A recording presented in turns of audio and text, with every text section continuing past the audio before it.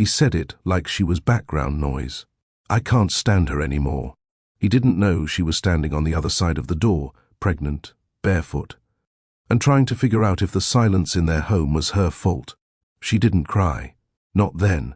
Not anymore. Zaire waited a week, then packed what was left of her heart, left him a letter, and disappeared. 2 months later, Griffin opened a small box she left behind.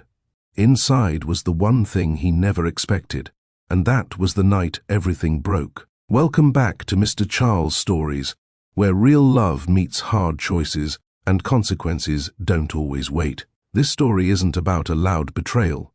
It's about something colder, neglect, silence, the kind of pain that doesn't yell, it just packs a bag and walks out.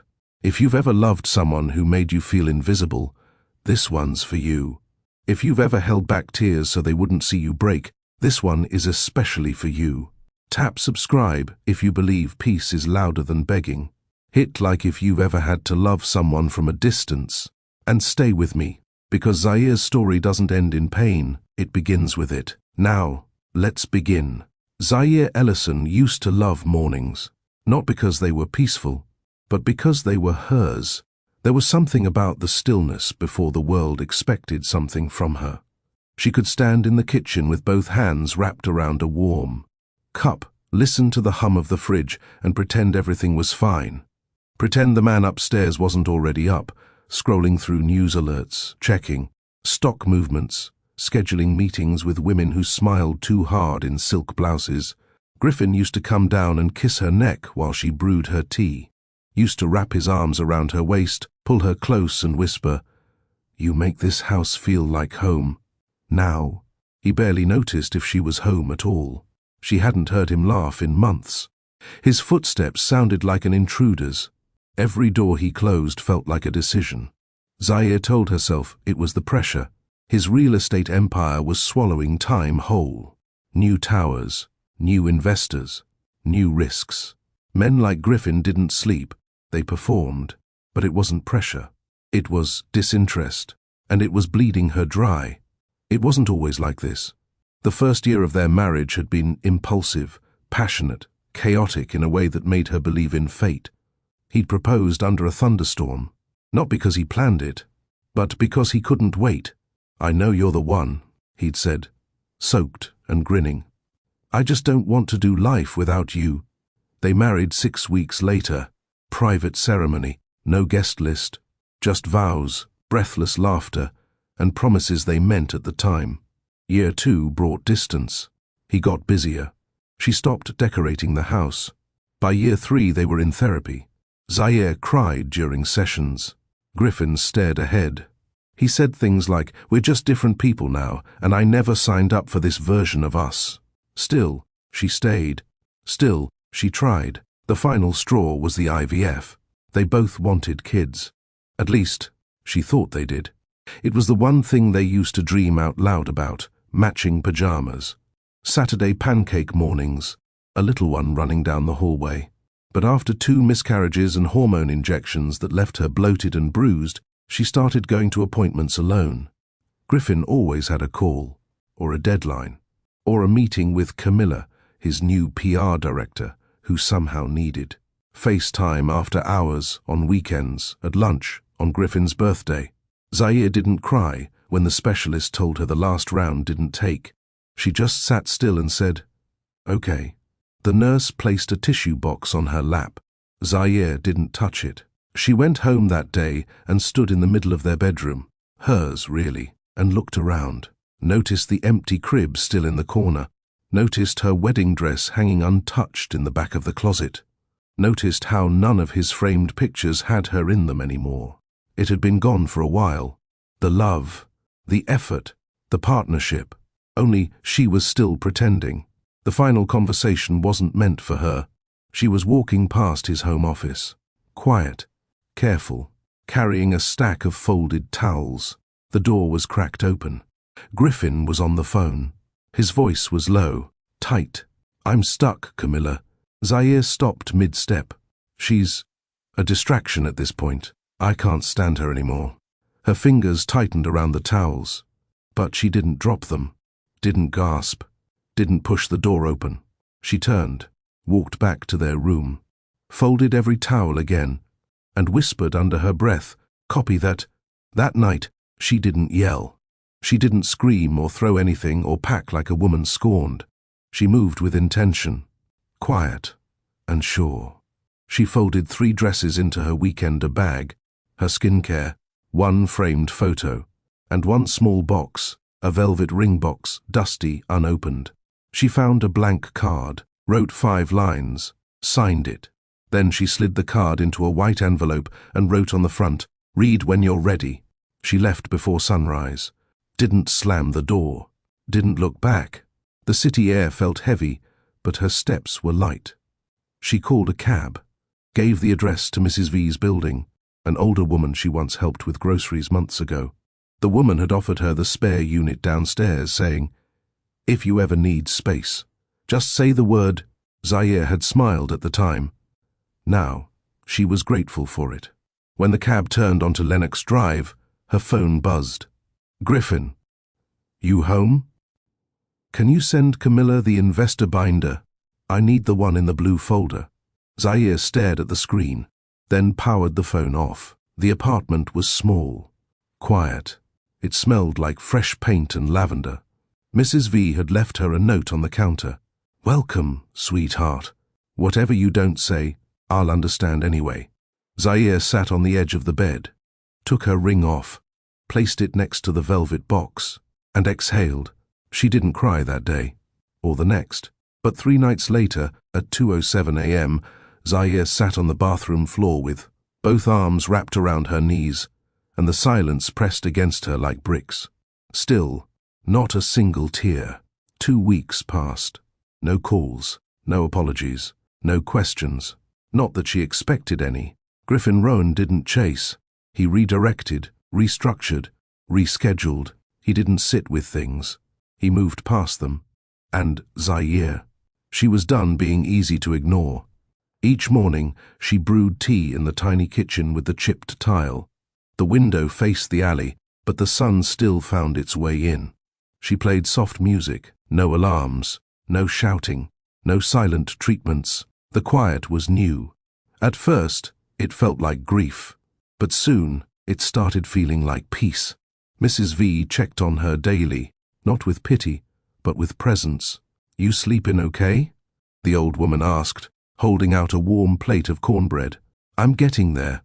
Zaire took the plate. She was thinner than usual, her face softer, shoulders less stiff. "You still want to be alone?" "I don't mind it," Zaire said. "It's honest." Mrs. V smiled. "Funny thing about loneliness, it disappears once you like who you're alone with."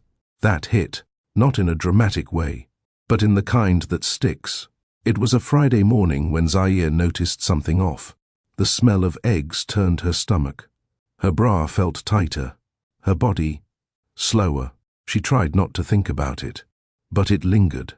3 days later, the suspicion bloomed. She stood in the pharmacy aisle staring at a pregnancy test box for a full 5 minutes before grabbing one and slipping it into her hoodie pocket like it was a secret she wasn't ready to share. Back at the apartment, she waited too long. She paced, breathed, prayed nothing would change. But when the second line appeared, everything did. She went to Dr. Leona Maris the next morning. Not her usual OB, but someone recommended by a nurse she trusted. Private, discreet. "I had IVF a few months ago," Zaire explained. "It failed." The doctor nodded gently. "You haven't had treatment since?" "No."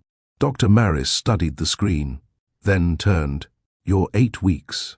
Zaire blinked. "That can't be right." "You're pregnant," the doctor said softly. Naturally, Zaire's lips parted, but no words came out. The last time she heard those words, she'd lost the baby at 9 weeks. She remembered holding her breath every second until that moment. Now she could barely inhale. I didn't expect this." "I know," Dr. Maris said. "But this child, this one chose now."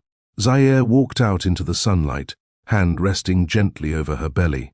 There were no tears, no joy, no pain, just silence. Not the kind Griffin used to give her. This one was full, weighty, holy. She wouldn't go back. She knew that. She wouldn't raise this child in cold marble halls and conference call silence. She would do this alone, but not out of punishment, out of protection. Still, a thought lingered. Should he know? Not because he deserved it, but because the child might one day ask. That night, she stared at the velvet box on her nightstand. She opened it slowly. Inside was the antique ring from Griffin's grandmother, the one she'd planned to have restored for their 5th anniversary. He never knew she found it hidden in his closet. Never knew she'd chosen a jeweler. Never knew she'd waited 6 months for the custom reset. She'd planned to surprise him with it over dinner. He never made it home that night. That was 3 months before the phone call. Zaire closed the box, then opened a drawer and pulled out the ultrasound photo. It was tiny, still forming, but real. She turned it over and wrote 4 words on the back. We existed, even now. She didn't call him, didn't email, didn't knock on his pride. She sent a package to his office. Inside, a framed black and white ultrasound photo, the velvet ring box, and a folded note. The note read, "You never looked at me. Maybe you'll look at him." No signature, no return address, just closure wrapped like a gift. Griffin got the package on a Wednesday. He didn't open it right away. It sat on his desk while he barked orders at interns and nodded through 2 investor calls. Camilla poked her head in around 5 p.m. "Want me to toss that?" He shook his head. "I've got it." She lingered. "Everything okay?" "Fine." After she left, he picked it up. His name was written in handwriting he'd stopped recognizing months ago. It was delicate, clean, final. He opened the box. The first thing he saw was the ultrasound. He stared at it for a long time, then opened the note, then the ring box. He sat back in his chair, breath stalled, hands trembling. The silence wasn't empty anymore. It was screaming. He didn't go to work the next day, or the next, or the next. His assistant said he had meetings off-site. Camilla texted. He ignored it. He stayed home, not because he was planning, but because for the first time in years, he felt something he couldn't fix. Regret. The kind that doesn't come with a solution, only wait. He walked through their old bedroom. The bed still made, the pillow on her side untouched, the dress she once wore to his launch party still hanging behind the door. She'd left no mess, no chaos, only memory. He sat down on the edge of the bed, held the photo, looked at his own face in the grainy shadow of a forming child, and whispered, "God, help me. What did I do?" Griffin never realized how loud her absence would be. He kept expecting to hear the soft clink of her spoon in the sugar jar, the sound of slippers dragging across the hardwood, her voice humming something under her breath while the kettle boiled. But the house stayed quiet. Zaire had been gone for 3 weeks, and he couldn't remember the last time he actually listened to her voice. He couldn't even say what scent her perfume was. He'd notice it faintly on the pillow sometimes, floral, faintly citrus, warm, but never bothered to ask her the name. Now, he pressed that pillow to his face like it held an answer. At first, he thought she was just angry, that she needed space. So he gave it to her, like a businessman does. Let it breathe. Wait for the storm to pass. He expected a call, a message, some dramatic return with accusations and tears. But Zaire didn't believe in drama. She believed in silence and finality. And that scared him more than anything. What he didn't know was this. Zaire didn't pack her life into boxes. She left the house with 1 weekend bag, 3 dresses, a tattered journal, her grandmother's locket, and the velvet ring box. She left the jewelry, the wedding photos, even the pair of heels he'd bought her in Paris, the ones she once danced barefoot in at 3 a.m. after 1 too many sips of champagne. She didn't want his things. She wanted herself back. She knocked on Mrs. V's door just before sunrise. The older woman answered in a bathrobe, hair wrapped in a scarf, eyes barely open. Zaire stood there, holding nothing but her bag and a quiet sadness. "I didn't know where else to go," she whispered. "You came to the right place," Mrs. V replied without hesitation. "Come in." That was it. No questions, no pity, just space. The spare apartment smelled like lemon oil and old books. It had an uneven floor and a window that wouldn't open all the way. But Zaire felt safer in that tiny place than she had in Griffin's entire mansion. She took a shower, scrubbed her body until it tingled. Then she sat on the edge of the bed and stared at the wall. She wasn't sad anymore. She was still empty, yes, but still. Mrs. V brought her soup that night. "Eat." "I'm not hungry." "Doesn't matter. Eat anyway." Zaire smiled weakly. "You always like this?" "I've been a nurse, a mother, a widow, a landlord. This is the easy part." Zaire took a spoonful, then another, then closed her eyes and whispered, "He said he couldn't stand me." Mrs. V didn't flinch. They always say that. When they're drowning, they kick the one swimming closest to them. "I gave everything." "Good. That means you still have yourself. Now you get to see what's left when nobody's asking for pieces of you." Griffin didn't know where to start looking. He texted once, "Griffin, I assume you need space. Let me know when you're ready to talk." No reply. He sent another text 5 days later. "Are you safe?" Still nothing. He could have called her sister, but they weren't close. And Zaire had stopped going to events or galas months ago. Her social media was silent. Always had been. And Griffin never really paid attention to her routines, where she got her nails done, what book club she'd once joined, what podcast she played every Sunday morning. He didn't know those details, because he'd stopped asking. Back at the apartment, Zaire was reclaiming herself piece by piece. She woke early, took walks around the block, kept a notebook where she wrote down small victories. She didn't flinch when I thought of him, and slept the full night. I laughed when Mrs. V spilled her tea. She wasn't trying to move on. She was just trying to remember who she was before Griffin started shrinking her. The only photo she brought with her sat on the dresser. It wasn't even one of them together. It was her, alone, sitting on a park bench. A stranger had taken it during a photography workshop, and Zaire had bought the print out of gratitude. She looked peaceful in it, eyes closed, face turned toward the sun. She hadn't recognized that woman in a while. But now she looked familiar. On the 4th Friday after leaving, Zaire opened her journal and stared at a blank page. She didn't write anything. She just placed her palm on the page and whispered, "Thank you." Not to anyone in particular, just to the stillness.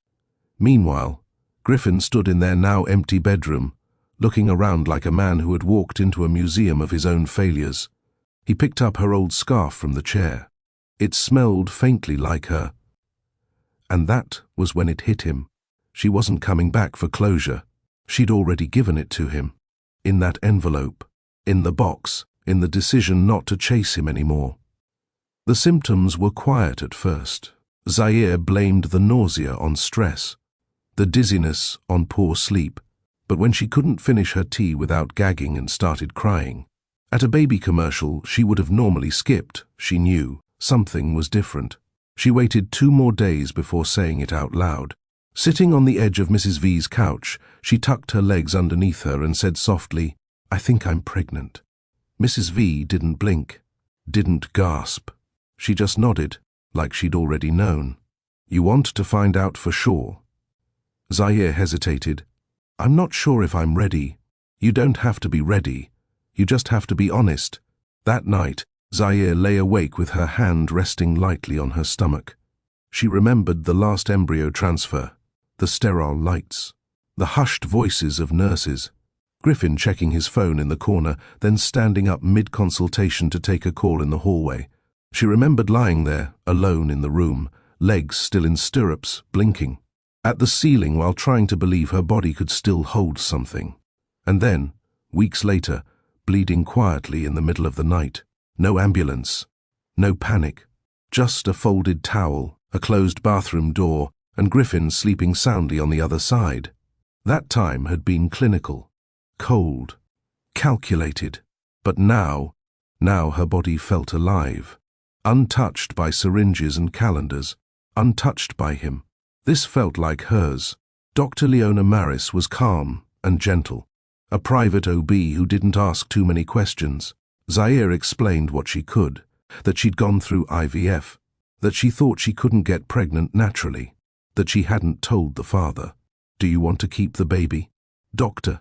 Maris asked, after the tests confirmed what Zaire already suspected. Zaire didn't hesitate. "Yes." The doctor smiled. "Then we'll walk this road slowly, no pressure, one visit at a time." Zaire nodded, eyes still glossy with disbelief. "This wasn't planned," she whispered. "Maybe not by you," the doctor replied. Back at the apartment, Zaire placed the first ultrasound photo on her nightstand. She didn't tell Mrs. V right away. She didn't tell anyone. It was too new, too tender. But she started doing little things. She downloaded pregnancy meditation tracks. She switched to ginger tea. She let herself nap in the afternoon without guilt. Every day she placed her hand over her stomach and simply said, "Thank you for choosing me." It was a strange comfort, knowing there was life growing inside her that had survived the chaos. She didn't feel alone anymore.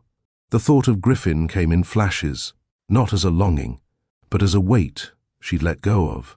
She remembered the way he used to walk out in the middle of conversations, how he'd scroll while she was trying to talk, the way he started answering with one-word responses, then silence altogether.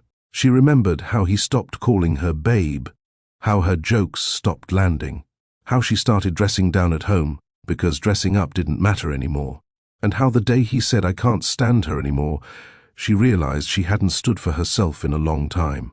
But there had also been good times. She couldn't lie about that. There was the surprise weekend trip to Charleston, the way he'd once held her hand through a thunderstorm, the night he built her a bookshelf from scratch and wrote for all your soft places on the bottom. Griffin wasn't always cold, but when he changed quietly, and slowly, and without explanation. And now, it was too late. Zaire made a decision. She would send him the ultrasound, not for closure, not for connection, just so he'd never say he didn't know. She wouldn't ask him for help, wouldn't ask him to show up, but she would give him a moment to look at the life he walked away from. She went to the post office 3 blocks away, bought a plain envelope, no return address, no name on the letter. Just, "You never looked at me. Maybe you'll look at him." She enclosed the ultrasound in a simple black frame, and then, at the last minute, she added the velvet ring box, the one she'd planned to give back on their anniversary, once restored, the symbol of what could have been. She mailed it to his office, and when she walked out into the sunlight, she didn't feel heavy. She felt free. Meanwhile, Griffin sat at his desk in silence. 3 days had passed since the package arrived. He hadn't opened it. He couldn't explain why. He kept staring at it like it might explode. Camilla had tried to ask, "Everything okay?" "Yeah, just busy. You've been off lately." "I'm good." But he wasn't. His chest felt tight. His thoughts ran in circles. He checked the time obsessively. Couldn't sleep more than 3 hours. Couldn't eat. It was a different kind of panic, not the kind that makes you shout, the kind that makes you shut down. When he finally opened the envelope, it was quiet in the room. The first thing he saw was the note. He read it 5 times, then unfolded the ultrasound, then the box. And for the first time in weeks, Griffin's shoulders collapsed. He sank back in his chair, held his face in his hands, and sat there, breathless. This wasn't a threat. It wasn't a plea. It was a mirror, and it showed him exactly who he'd become. He didn't leave the office for the rest of the day. He didn't answer calls. He didn't even leave when the building emptied. He just sat in his chair, alone with the photo and the ring box, unable to think of a single good reason why she should ever come back. Have you ever left quietly, not out of anger, but because your peace finally mattered more than proving a point? Sometimes the strongest decision is the one made in silence. Tap subscribe if you've ever walked away before someone noticed they were losing you. Hit like if you believe not all goodbyes need closure. Comment below. Do you think Griffin deserves a second chance? Or did Zaire do the right thing keeping her distance? Stick around. The next chapter shows how regret hits hardest when you're too late to stop it. Griffin Rohn didn't show up at work for 5 days. At first, no one questioned it. He was the CEO. He made his own hours. But by day 3, the calls started. By day 5, his investors began asking questions. Camilla left 3 voicemails. His assistant dropped off a folder of urgent memos at his front gate. He didn't respond to any of it. He was sitting on the floor of his bedroom, staring at the ultrasound photo propped against a lamp. The framed image haunted him, not because he didn't want the child, but because he didn't deserve to. And deep down, he knew it. Griffin didn't know how long he'd been sleeping on the floor.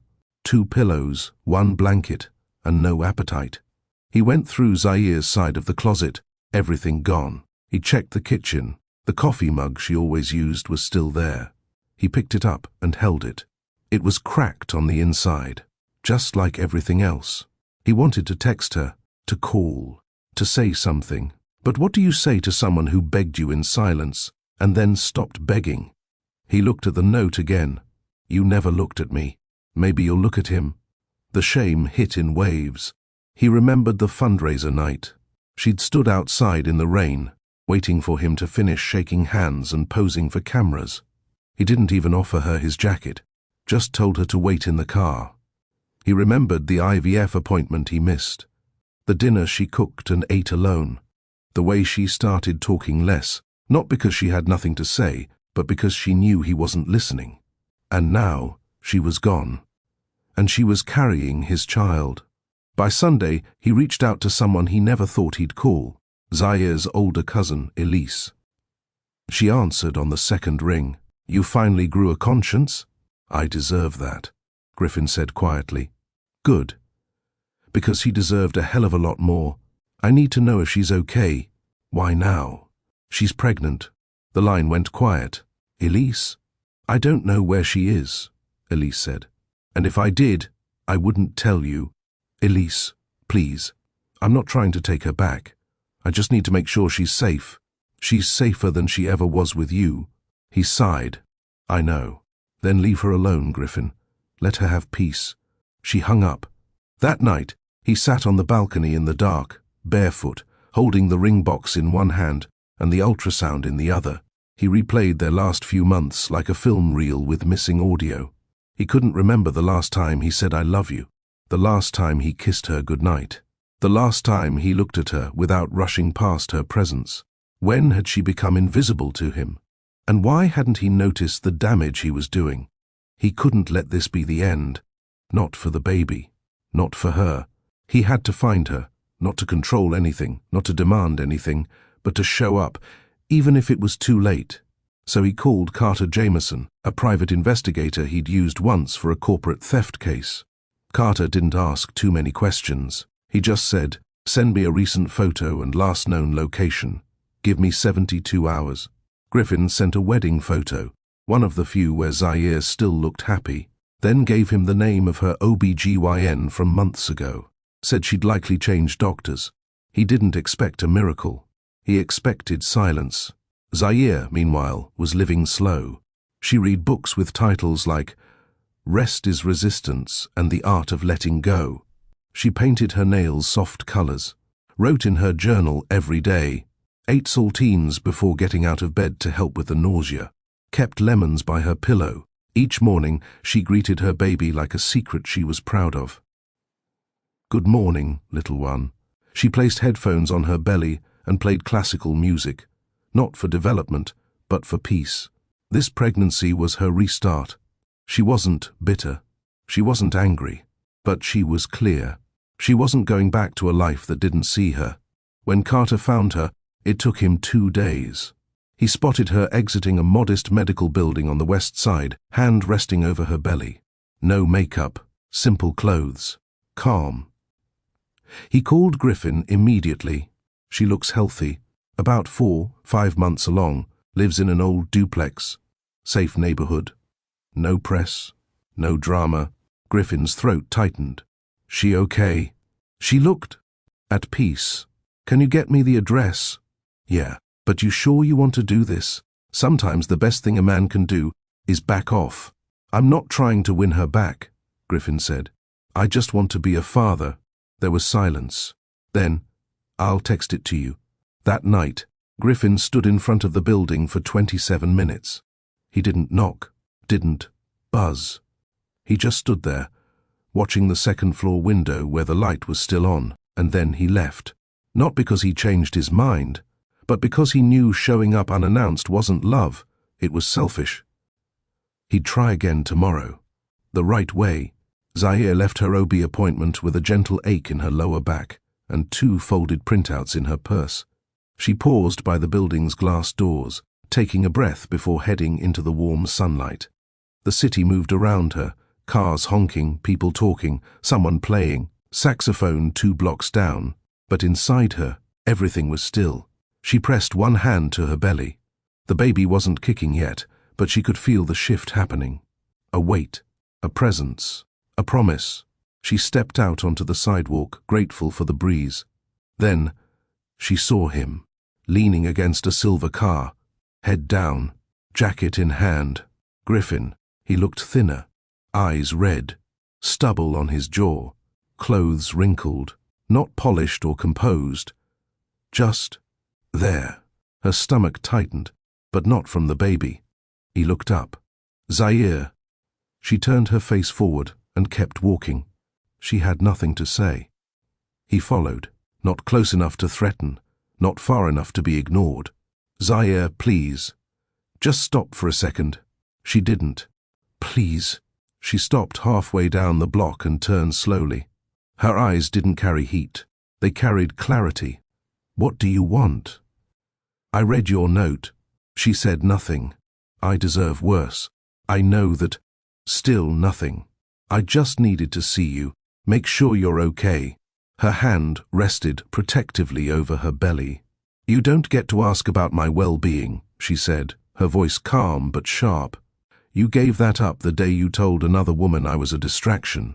He closed his eyes briefly, like the words hit harder than he expected. I was wrong. She raised an eyebrow. That's the best you've got. No, it's just the truth. You're not here because of me, she said. You're here because of guilt. He stepped forward, cautiously. I'm here because I don't want our child to grow up without knowing me. She looked at him, really looked at him, for the first time in months. You didn't know me. Not for the last 2 years. He swallowed. I tried, he said. I failed. But I did try. You showed up to meetings. You gave speeches. You invested in every deal. But you gave me leftovers. You stopped asking how I was. You stopped looking at me. A silence stretched between them.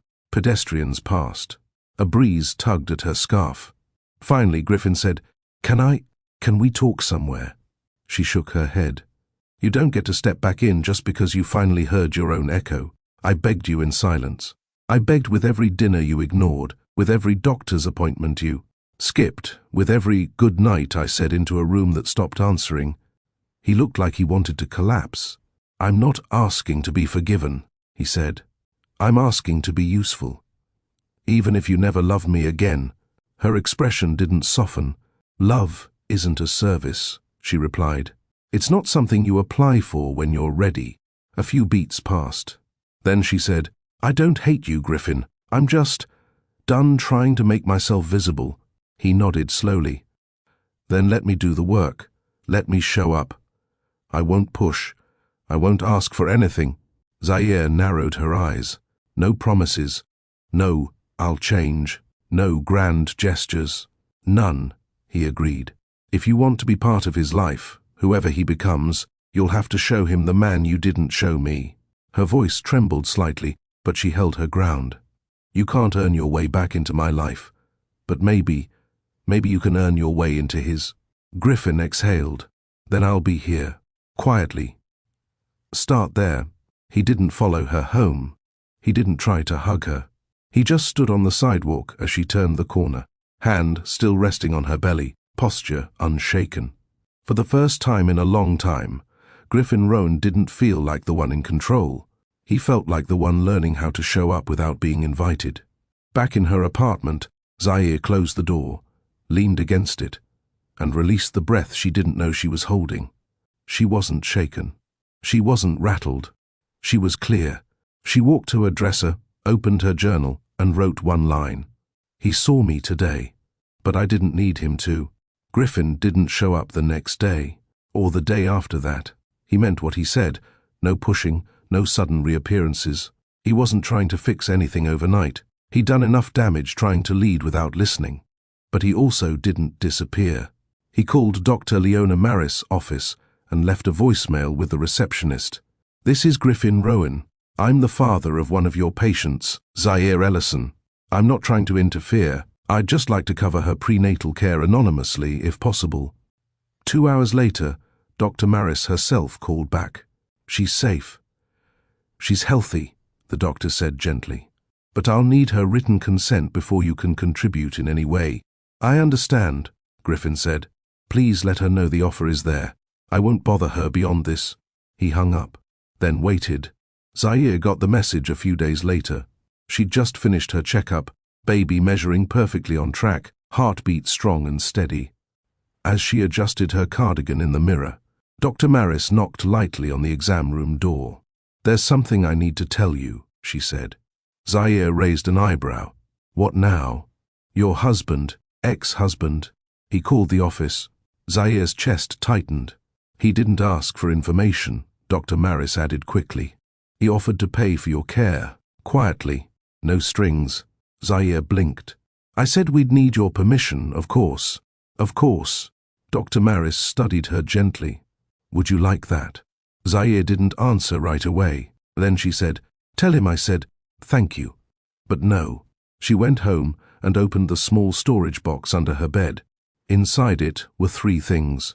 Her wedding ring, a receipt for the ring restoration she never followed through with, then a draft of a letter she'd never sent. The letter said, "I waited for you to come home, for you to ask why I stopped smiling, for you to notice that I was shrinking inside our silence. You never noticed. So I left, not for revenge, but for relief." She'd written it in the first week after she moved out. Never mailed it. Never shredded it either. Instead, she folded it into the box and told herself, "This is not how the story ends. But it's where I stopped writing." Across town, Griffin was learning how to slow down. For years, he'd defined himself by efficiency, deadlines, metrics, power. He wasn't used to waiting, but now he waited for updates that never came. He sat through meetings distracted, ate barely anything, slept in spurts, no women, no clubs, no noise. He thought about the child constantly. What would he look like? Would he have Zaire's laugh? Would he ever get the chance to hold him? Or would he only know his son through filtered social media posts and awkward court arrangements? He didn't want to fight for rights. He wanted to earn her trust again. But for the first time in his life he realized there was no shortcut. One afternoon, a package arrived at Zaire's apartment. It wasn't from Griffin. It was from a woman named Evelyn, an old friend from college. Inside was a soft cotton onesie, a note, and a photo of her 2 toddlers. Zaire smiled. Then she folded the note and tucked it under the fridge magnet that read, "Soft doesn't mean weak." She pulled out her phone and took a photo of the onesie. For a moment, she hovered over Griffin's contact, then locked the screen. "Not today." Mrs. V noticed the shift. "You're walking like you know something good's coming," she said, stirring a pot of gumbo in her upstairs kitchen. I think I'm starting to feel him move." Mrs. V beamed. "That little flutter? Like butterfly wings?" Zaire nodded. "I wasn't sure at first. Then I just knew." Mrs. V handed her a spoon. "Taste that. You're feeding 2 now. Got to keep that palate sharp." Zaire laughed and took the spoon, then whispered, "He offered to pay for everything." Mrs. V didn't ask who he was. She already knew. "And what did you say?" "No. Because you don't need him?" "Because I'm not ready for it to feel like a favor." Mrs. V nodded, satisfied. "That's not bitterness. Zaire said. It's just clarity. You don't have to explain. You're allowed to protect your peace. Meanwhile, Griffin was writing again. Not code, not strategy decks. Letters. Letters to a baby he hadn't met. Letters Zaire would probably never read. But he needed to say the words somewhere. To my son, I didn't grow up knowing how to be present. I watched men lead with money and power, not patience. I used to think silence was strength. But now I understand that silence is where love dies. He started a journal. Each entry began with, "Today, I thought about how to show you who I am without words." He wasn't trying to perform. He wasn't trying to earn back the title of husband. He just wanted to be someone who showed up, even if it meant standing outside the door, knowing he might never be invited in. Zaire first noticed him sitting across the street, not directly in front of the building, a little down, on the bench near the bakery, hoodie up, coffee in hand, not moving, not hiding either. She glanced out the window of her bedroom one morning, and there he was, same posture, same silence. He didn't text, didn't call, didn't knock on her door. He was just there. She watched him for 5 minutes. No movement, no phone out, no pacing, just stillness. She stepped back from the window, sat on her bed, and placed her hand on her belly. "You see this?" She whispered softly to the child growing inside her. "This is what waiting looks like." He came every other day after that, never stayed long. Sometimes he brought a book. Sometimes he brought nothing. Zaire didn't approach him. She didn't need to. But she watched, and slowly something shifted. On a rainy Wednesday, Griffin appeared again, but this time he wasn't sitting. He was walking up the building steps. In his hand was a grocery bag, paper, not plastic, and on top, sticking out slightly, was a bouquet of white tulips. He placed it gently by the door, then left. She didn't open the door until 20 minutes later. Inside the bag were a bouquet, a canister of ginger and lemon pregnancy tea, a folded towel set, a copy of the first 40 days, a postpartum guide, and a small card with 5 words written in neat, careful print. "Still here, still learning. G." Zaire held the card in her palm for a long time, not because she forgave him, but because it was the first thing he'd given her in 2 years that didn't ask for anything in return. The next time she saw him, it was from the porch. She was watering Mrs. V's plants while the older woman rested inside. Her belly had grown heavy by then, 7 months along, her back aching from the shift in weight. Griffin stood across the street, not expecting to see her. When their eyes met, he froze. Zaire didn't wave, but she didn't turn away either. He raised one hand. A quiet hello. She nodded once, then returned to watering the plants. Mrs. V watched from the kitchen window. "He's not running this time," she said. Zaire gave a small smile. "No, he's not. You gonna let him in?" "Not yet." "Good," Mrs. V said, wiping her hands on a dish towel. "Let him wait on your piece." Not the other way around. Zaire started leaving a bottle of water outside every other morning. Sometimes fruit, sometimes a note with one sentence. "You can bring soup next time. Broth, not cream-based. No sign-off, no hearts." But Griffin brought the soup. They built a rhythm without speaking. He didn't try to see her every day, but when he came with purpose. He changed a flickering bulb outside her apartment door, left a small bottle of pregnancy, safe foot cream on the windowsill after a heat wave, folded a note with a number to a mobile mechanic when he saw her car hadn't moved in 2 weeks. Zaire read every note, used every item, but never texted back. He wasn't owed that. One afternoon she found a new item tucked into the mailbox, a journal. Inside, the first page read, "You don't have to read these, but I wrote them anyway." Then entry after entry, all dated, all addressed to the baby. "Today I thought about how to be calm. I failed. I thought about what it would mean to teach you something I didn't learn until it was too late, like how to listen without needing to fix everything. You'll probably never call me Dad, But I'll still keep showing up, just in case you change your mind. Zaire read 10 pages, then closed it and placed it under her pillow. She didn't cry, but that night her sleep was deeper than usual. At her next doctor's appointment, Dr. Maris smiled as she listened to the heartbeat. Sounds strong. Zaire nodded.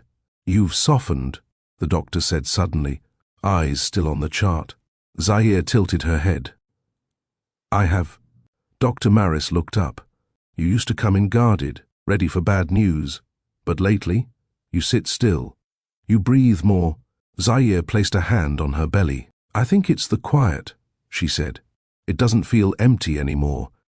On a cool Saturday morning, Griffin stood at the bottom of the steps. Zaire was seated in a patio chair, warm blanket draped over her knees, her belly prominent beneath her loose sweater. She didn't speak first. Neither did he. Finally, she said, He kicks every time I drink orange juice. Griffin blinked. A stunned sort of joy washed over his face. That's good to know, he said softly. She glanced at him. Do you want to feel it? He hesitated. Only if you're sure. She guided his hand. The baby kicked once, lightly, just under his palm. Griffin's eyes filled instantly. Hi, he whispered, voice catching. It's me. Zaire's gaze softened, but she didn't smile. This doesn't mean anything, she said. I'm still deciding. I know, but I'm not ignoring what you've done. He nodded. I'm not doing it to be seen, he said. I'm doing it because I should have never stopped. She looked at him for a long moment, then said, We'll see. Griffin never expected peace to feel like this. It didn't look like a grand romantic reunion. There were no late-night confessions, no sudden sparks. But there was routine and presence. He didn't live at Zaire's place. He didn't even ask to. But he came by, quietly, regularly, sometimes to leave groceries, sometimes to carry trash, sometimes just to sit on the porch while she rested inside. Zaire allowed it, not because she trusted him completely, but because she no longer feared him taking space she hadn't offered. And Griffin, for the first time, respected her boundaries without trying to earn rewards from them. He wasn't just waiting to be let in anymore. He was learning to exist beside her. One morning, Zaire texted him for the first time. It wasn't emotional, just practical. Zaire, doctor visit Friday, 10 a.m. if you want to come. He stared at the message for 10 minutes before replying. Griffin, I'll be there. That Friday, he arrived 10 minutes early, waited in the lobby, wearing a grey sweater she once complimented, and sneakers that looked clean but not like he was trying too hard. Zaire walked in slowly, one hand on her lower back, the other holding a bottle of water. Her belly had grown since the last time he saw it uncovered. He stood as she entered, didn't reach for her, just nodded respectfully. Morning, he said. She nodded back. Let's go. They walked in together, checked in, sat side by side. Their shoulders never touched, but the silence between them wasn't uncomfortable. It was respectful, mutual, unrushed. Inside the room, Dr. Maris greeted them both. Dad made it today, she smiled gently. Griffin swallowed, trying to get it right. Zaire didn't correct her, didn't confirm it either. They listened to the heartbeat together, fast, steady, alive. Griffin's eyes welled up as he gripped the edge of his seat. Zaire didn't look at him, but she heard him breathe differently. And that meant something. Afterward, she let him walk her to the curb. You want a ride? He asked. She looked at him, considered it, then nodded. Yeah. That'd be nice. They didn't talk much in the car. She adjusted the seat, turned down the radio. But when he pulled up to her building, she said something unexpected. You missed a lot, Griffin. He gripped the steering wheel. I know. I still don't know if I want you in my life. He nodded slowly. But I think our son might need to see you trying. He looked at her. There was no hope in his eyes, no desperation, just calm. Then I'll keep showing up, even if it's just as someone he recognizes. even if I'm never invited past the door. Zaire stared ahead, then quietly said, "Start with Saturday. There's a birthing class. I'll be there." That evening, as Griffin stepped into his apartment for the first time in days, something felt off. There was movement, then a voice. "Griffin?" He turned. Camilla, standing in his living room, like she had a right to be there. "Why do you still have a key?" he asked. She shrugged. "You never changed the locks." "Clearly, I need to." She walked toward him, arms crossed, dressed far too casually for a drop-in. "I heard about Zaire," she said. "From who?" "People talk. You've been gone, silent, not showing up at the firm. Because there are things more important than investor brunches and corporate optics." "Oh, so now you care about family?" Her voice carried a sharp edge. "I've always cared.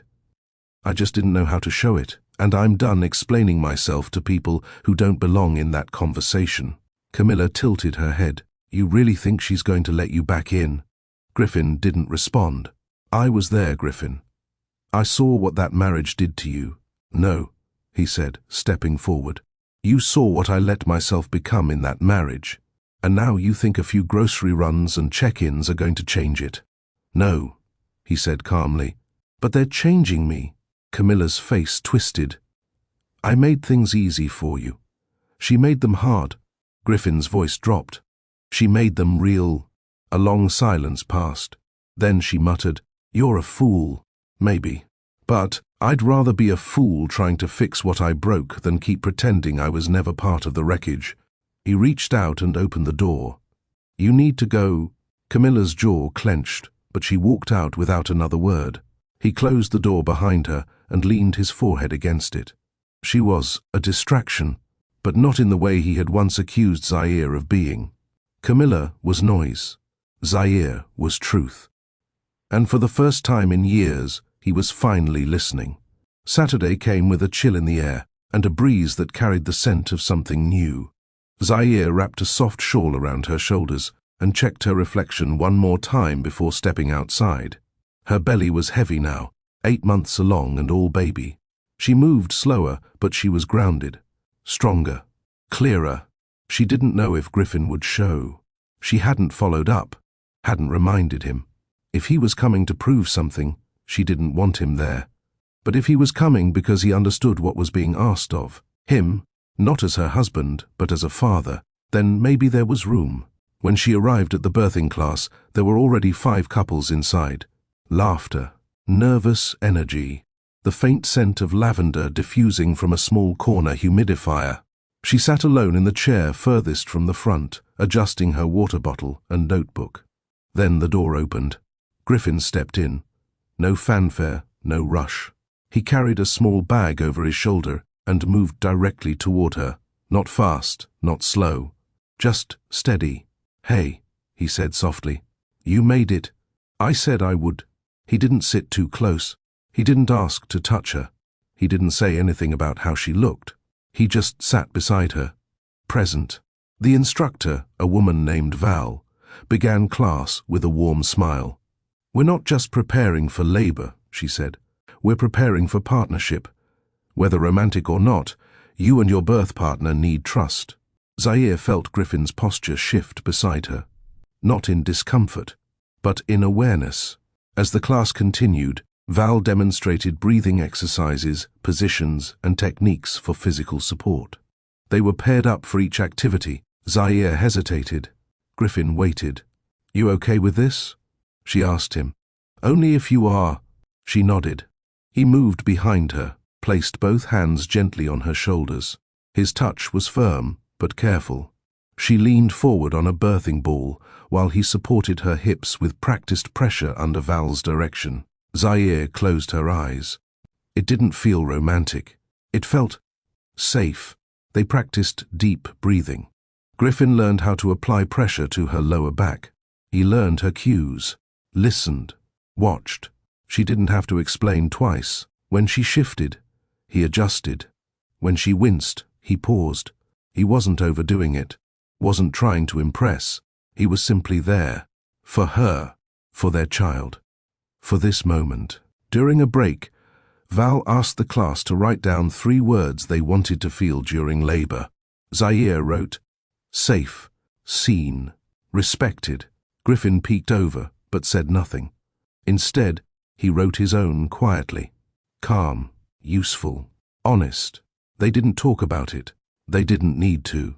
As class wrapped up, Val handed out small worksheets for post-birth planning. How do you plan to show up in the days after delivery? Who's bringing meals? Who's waking up at 2 a.m.? Who's doing diaper runs? Couples whispered and laughed. Plans were made. Schedules were negotiated. Zaire didn't say anything. Griffin glanced at her, then raised his hand. I'd like to be in the rotation, he said. Val smiled. Rotation? I'm not living with her, Griffin added, but I want to help with everything. Meals, diaper runs, night shifts if she allows. Zaire looked at him. Lips parted slightly in surprise. He didn't look at her. He just said it, not to win her, but because it needed to be said. Outside, she walked slower. Griffin matched her pace. You said the right thing, she said. I didn't say it for points. I know. They reached her building. She turned to him. I'll be setting boundaries, schedules, expectations. Good. This isn't an invitation to come back. It's an agreement to co-parent. I'm clear. I don't trust easily anymore. You don't have to, he said. Let the baby trust me first. Zaire stood there for a moment, eyes locked on his. Then she nodded. Okay. The next morning, Griffin delivered groceries before 10 a.m. He knocked once. Didn't linger. Zaire opened the door and found a labeled bag. Almond milk, oatmeal prenatal supplements, unscented lotion, 2 pairs of new cozy socks, and a folded note. I read that soft socks help during labor. No expectations, just thinking ahead. Gee, she smiled. Just a little. Then she rubbed her belly. He's getting it, she whispered, bit by bit. The baby shower wasn't Zaire's idea. It was Elise's, her cousin, who never liked Griffin and never hid it. We're celebrating you and this miracle, Elise said firmly, pointing at Zaire's growing belly. And I don't want to hear anything about keeping it small. You deserve this. Zaire smiled gently. Just no games. Fine, but I'm bringing all the aunties and the good food. You just sit there and look radiant. Zaire didn't argue. She was too tired. But a small part of her worried. Not about the decorations, not about the food, about what would happen if Griffin showed up. She hadn't told Elise that he was around again. Not fully. Elise knew they weren't back together, but she didn't know he'd been coming by, that he'd been at birthing class, that he left meals and showed up early for appointments. Zaire hadn't shared those details because she wasn't ready for judgment, not when she was still figuring out how she felt. But on the morning of the shower, Griffin texted, Griffin, do you want me to come? Zaire stared at the message. She didn't answer right away. She rubbed her stomach, breathed out slowly, then replied, Zaire, not during the full event. Maybe come at the end, quietly. Griffin understood. The shower was bright and beautiful. Elise had transformed Mrs. V's backyard with sunflowers, soft yellow balloons, and a table full of homemade food. Laughter filled the space. Old friends, cousins, neighbors, all smiling, hugging, celebrating. Zaire felt loved, held, until someone asked the question she'd been avoiding. So, is the father in the picture? A woman said, placing a hand gently on Zaire's arm. Zaire didn't flinch. He's around. Oh, the woman replied, raising an eyebrow. That "oh" was loaded, and Zaire knew it. Later, while she opened gifts, Elise sat beside her, sorting envelopes. You okay? She asked quietly. Zaire nodded. Yeah. Need anything? Zaire hesitated, then said, Griffin might stop by. After, Elise paused. Her entire posture shifted. Why? He's been consistent. Elise scoffed under her breath. Please. Zaire looked at her, calm but clear. I know how you feel.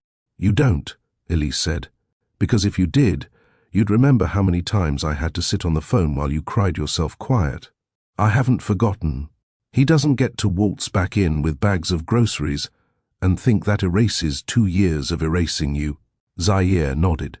I'm not erasing what he did. I'm letting him earn a role in his son's life. Elise narrowed her eyes. You still love him? Zaire didn't respond, because silence was easier than defending something she hadn't decided yet. The shower ended just after 4. Guests trickled out. Plates were cleared. Confetti blew gently across the patio. Zaire was sitting under a canopy when she saw him. Griffin. He walked through the gate slowly, hands in his jacket pockets, head low. He didn't wave, didn't smile. He simply approached with a kind of reverence. Zaire straightened slightly. Her hand went to her belly. The baby had been quiet most of the day, but now he stirred, as if sensing something. Elise saw him too. Her body tensed. Griffin stopped a few feet away. Hi, he said quietly. Zaire nodded once. Hey. He held up a paper bag. Brought you that pie you liked from Charleston. Figured you'd be too polite to ask. Before Zaire could answer, Elise stepped forward. So this is what showing up late and trying to look humble looks like. Griffin met her eyes. Hi, Elise. Don't pretend we're friendly. I'm not. You've got nerve, she said. Elise, Zaire said softly. But Elise wasn't done. Where was this caring father when she was getting shots alone at the fertility clinic? When she was throwing up in silence? When she was crying herself to sleep in that big house you only walked through, not lived in? Griffin stood still. He didn't flinch. Zaire closed her eyes for a moment, breathed, then spoke. Elise, stop. Her cousin turned, surprised. I'm not saying he's redeemed. I'm not saying I trust him with everything, Zaire said evenly. But I'm allowed to want my son to know who his father is. You're also allowed to expect more. And I do, Zaire replied. Which is why he's not in my bed, not in my life. But he's earning space in our child's future. And that matters. Elise looked at her, lips tight. Then she exhaled sharply. Fine. But I'm watching. Zaire smiled faintly. I expect nothing less. After Elise walked back inside, Zaire looked at Griffin. He still hadn't moved. You didn't argue with her. I agreed with her. Zaire looked down at the bag in his hand. What kind of pie? Sweet potato. From that place on Beaufang Street. She reached out and took it. Thanks. He nodded. I'll head out.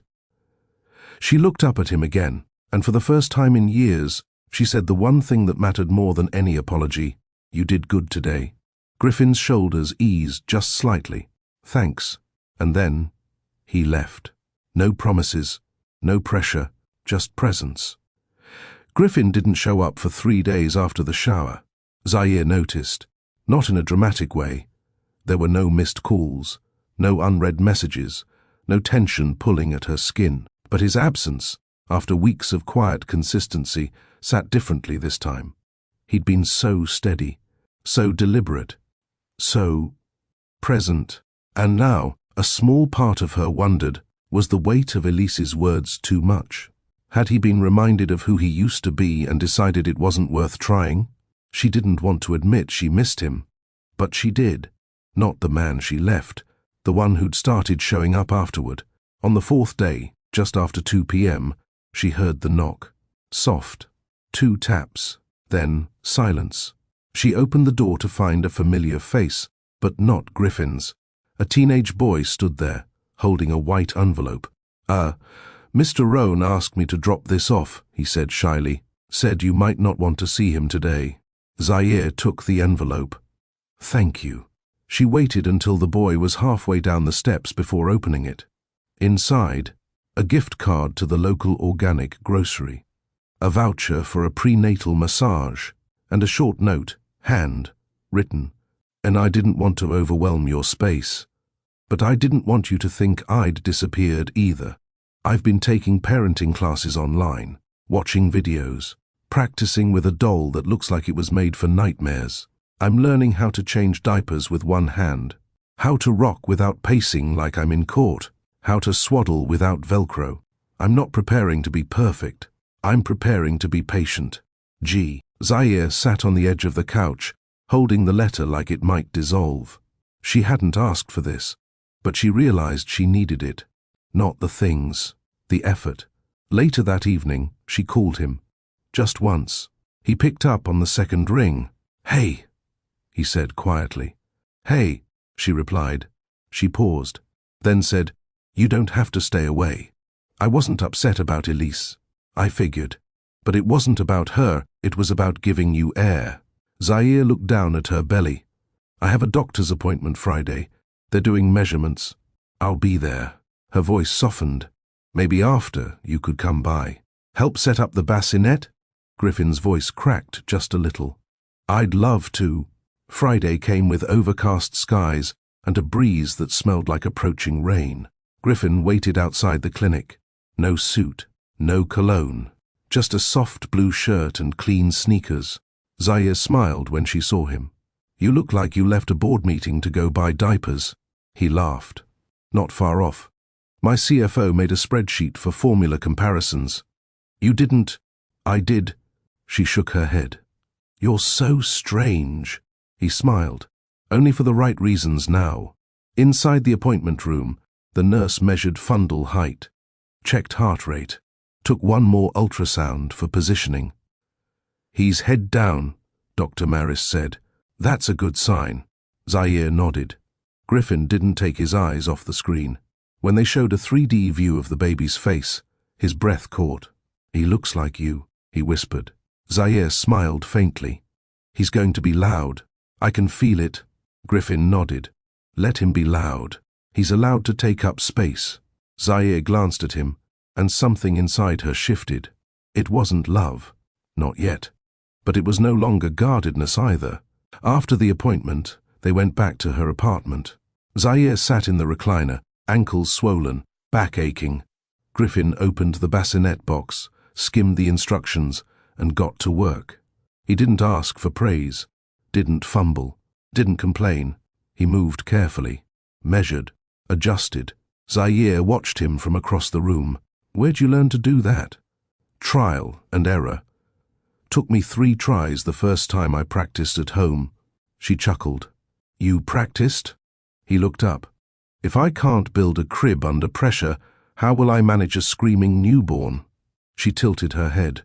"You really think this is going to be easy?" "No," he said, tightening a screw. "But I'm okay with hard, as long as it's honest." Zaire blinked slowly. That wasn't something Griffin would have said 6 months ago. Once the bassinet stood fully assembled, Griffin stepped back. "Looks good." Zaire nodded. "Thank you. Anything else need building?" She hesitated, then quietly said, "Me." Griffin's face shifted.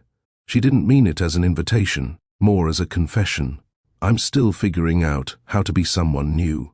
Not just a mother, not just someone who left, but someone who doesn't feel the need to apologize for existing. You don't owe anyone that." "I used to think I did." Griffin didn't move closer, but his voice softened. "I know I broke a lot of things in you. I'm not asking to fix them." He paused. "I just want you to know, I see you now." Zaire's throat tightened, but she nodded, and for once, the silence between them didn't feel like what was left. It felt like what was being rebuilt. Have you ever tried rebuilding trust, brick by brick, with someone who watched you break them? Zaire isn't handing Griffin her heart. She's handing him responsibility. And that difference? It matters. Tap, subscribe. If you believe showing up quietly can speak louder than "I'm sorry." Hit like if you've ever started to trust someone, not because they asked, but because they proved they were ready. Comment below. Do you think Griffin's actions are enough to earn a place in their future? Or is Zaire still protecting herself the right way? Stick with this story, because in the next chapter, healing gets harder when other people start asking questions Zaire isn't ready to answer. Zaire knew people were talking. The neighbors, a cousin here, a friend from church who suddenly started checking in more often. They didn't ask directly, but the questions were in their eyes. Is he back? Are you okay with that? "Are you two together again?" No one came out and said it, but everyone had a version of what they believed a woman should or shouldn't tolerate, and Zaire had already decided she wasn't performing for anyone's expectations anymore. Still, she couldn't deny it. The weight of being watched was starting to settle on her. Griffin came by every other day now, never pushing, never expecting more than she gave. He brought what she asked for, and sometimes things she didn't ask for but ended up needing anyway. Compression socks, a heating pad, a backup charger, frozen homemade soup. Sometimes they spoke, sometimes they sat in silence. Sometimes he'd read to the baby, nothing fancy, just his low voice filling the space. And sometimes Zaire would wake from a nap and find him gone, with only a folded blanket and a note on the counter. "Didn't want to wake you. You looked peaceful. Call if you need anything." One Sunday afternoon, Zaire sat in the shade of the backyard with Mrs. V. The older woman was snapping green beans into a bowl while Zaire sipped from her water bottle and gently rubbed her side. The baby had been active all day. "You're getting close," Mrs. V said without looking up. "You ready?" Zaire shrugged. "Ready to stop being pregnant?" "Yes. I meant emotionally." Zaire let out a breath. "That's more complicated." Mrs. V gave her a knowing glance. "Because of him?" Zaire nodded. Mrs. V kept snapping beans. "You don't have to explain it to me. I saw it before you did." "Saw what?" "That he was still in there, just buried under too much pride and too many distractions." Zaire's voice softened. "What if he shows up for the baby, but not for me? Then you love your child enough to give him that father, and love yourself enough not to settle for half a man." Zaire's eyes welled, but she blinked the tears away. "Don't let people's opinions make your decisions feel like weakness," Mrs. V added. "Their peace isn't the one you have to sleep with at night." Later that week, Zaire ran into her neighbor Melinda in the laundry room. Melinda was kind but sharp, the kind of woman who never missed anything. "Heard your ex-husband's been hanging around again," she said casually while folding a baby blanket. Zaire kept her tone neutral. "He's showing up for the baby." Melinda raised an eyebrow. "That all?" Zaire looked her dead in the eye. "That's enough." Melinda held up her hands. "Just saying, you're glowing again. Be careful who you give credit for that." Zaire smiled. "I'll take the glow. He doesn't own it." Griffin noticed it too, the difference. Not in how she treated him, but in how she carried herself. She was lighter, not carefree, but clear. He came by with groceries and stayed long enough to install blackout curtains in the nursery. When he finished, he stood in the doorway and asked, "You mind if I sit for a minute?"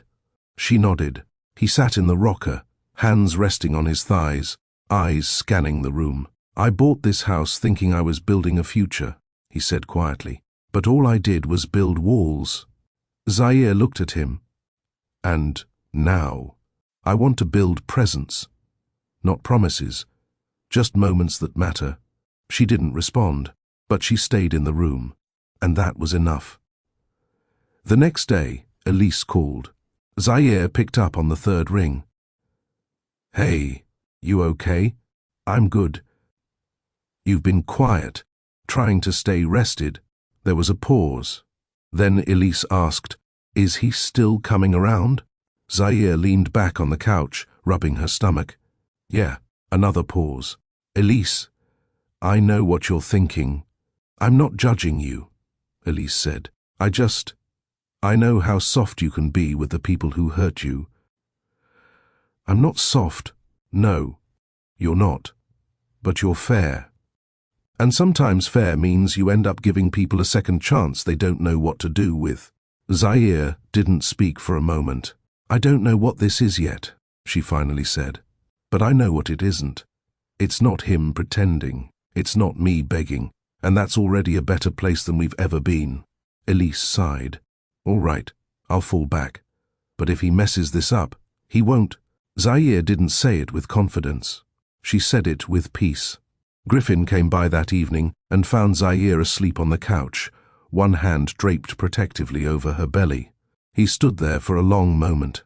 then picked up a blanket and covered her gently. He didn't leave a note this time. He just stayed until she stirred, smiled softly, and said, "You hungry?" They ate quietly, then sat on the porch as the sun went down. And for once, it didn't feel like something was missing. It felt like something was beginning. Griffin didn't plan to run into Elise. He was dropping off a humidifier and a few prenatal vitamins Zaire had asked for. She wasn't home, but he had the spare key. He stepped out to lock the front door and found Elise pulling into the driveway. She got out of the car slowly. No smile, no wave. He nodded. "Hey." Elise tilted her head. "Hey." Awkward silence. Griffin cleared his throat. "She's out. I think she had a checkup this afternoon." "I know. I'm here to leave something on the counter. She told me." Another pause. She didn't move. "Can I ask you something?" she said finally. Griffin nodded. "Go ahead. Why are you doing all this?" He blinked. "For the baby." "No," Elise said, stepping closer. "That's the easy answer. I want the hard one. Why now? Why this version of you?" Griffin swallowed. "Because I hated the man I was becoming." "And who was that?" "The kind of man who watches a good woman cry and still walks out." Elise didn't flinch. "Zaire," Griffin continued, "deserved better.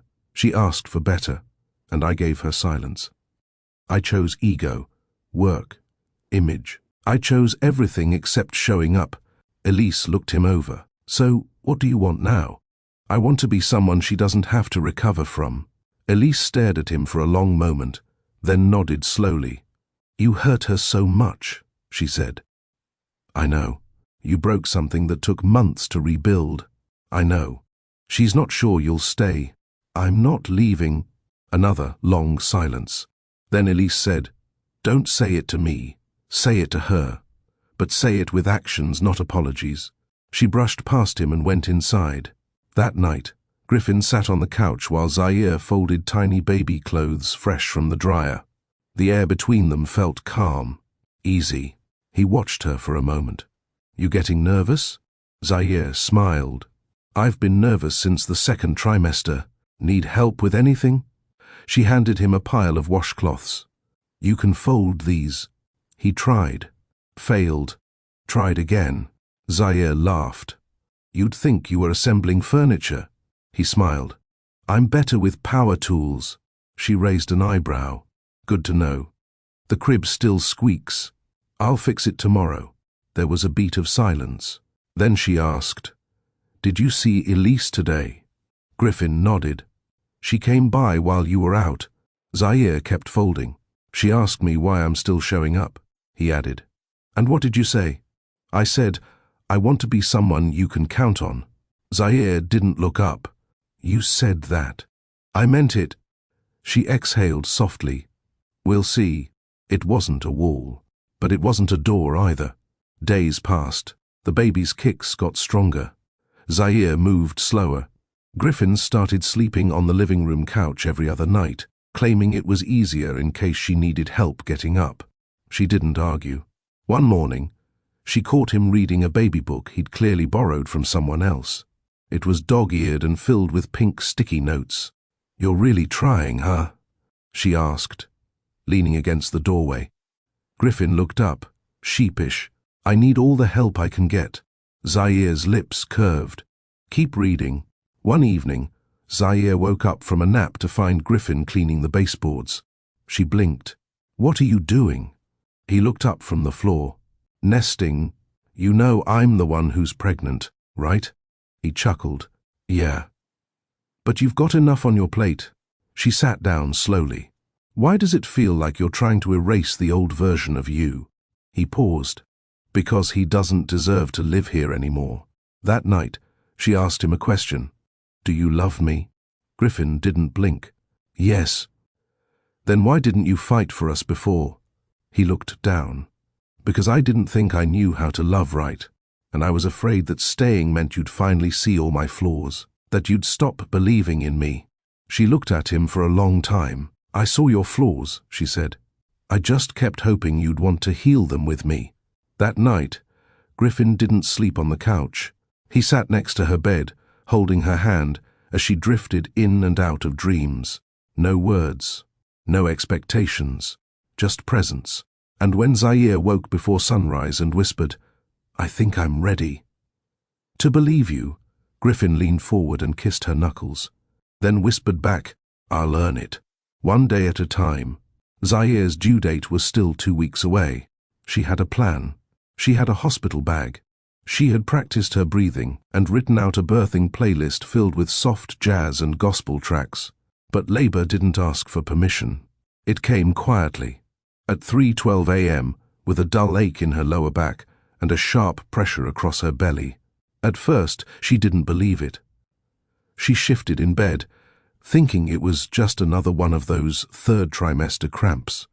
But 5 minutes later, the pain returned and didn't let go. She tried to sit up. Her breath caught. This was not a cramp. This was a contraction. "Griffin." Her voice was soft but urgent. "Griffin!"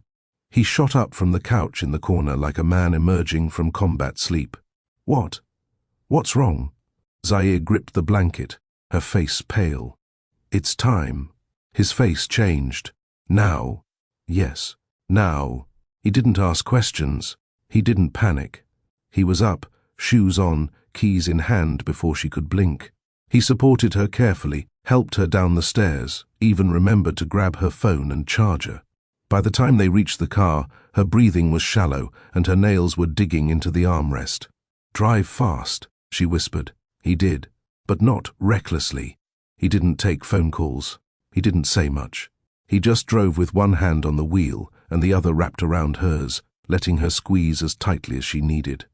By the time they reached the hospital, the contractions were 3 minutes apart.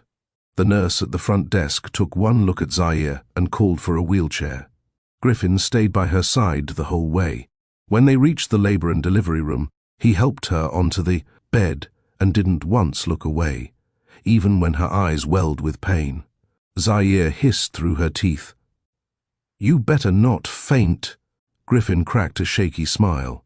"I'm not going anywhere." She looked at him through the blur of contractions and said, "If you leave, I will never forgive you." He didn't take it personally. He just squeezed her hand. "I'm here."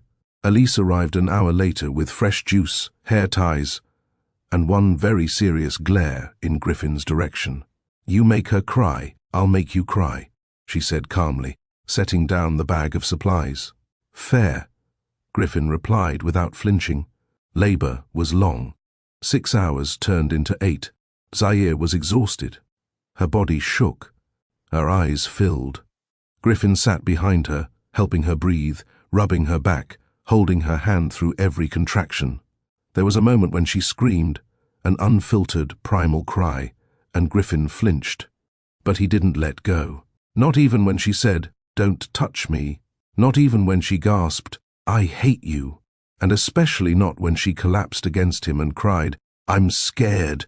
He whispered the same thing every time. "You're doing so well. I'm so proud of you. I've got you."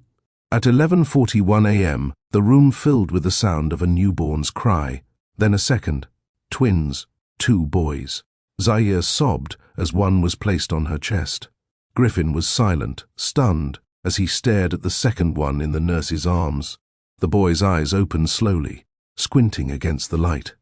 And Griffin saw himself, in the shape of the nose, the tilt of the mouth, even the same furrowed brow. It hit him like a tidal wave. That was his son. There was no room for denial now, no space for pretending. And suddenly, every bad choice he had made, every slammed door, every harsh word, every silent night, landed on his chest with crushing weight. Tears slid down his face before he could stop them.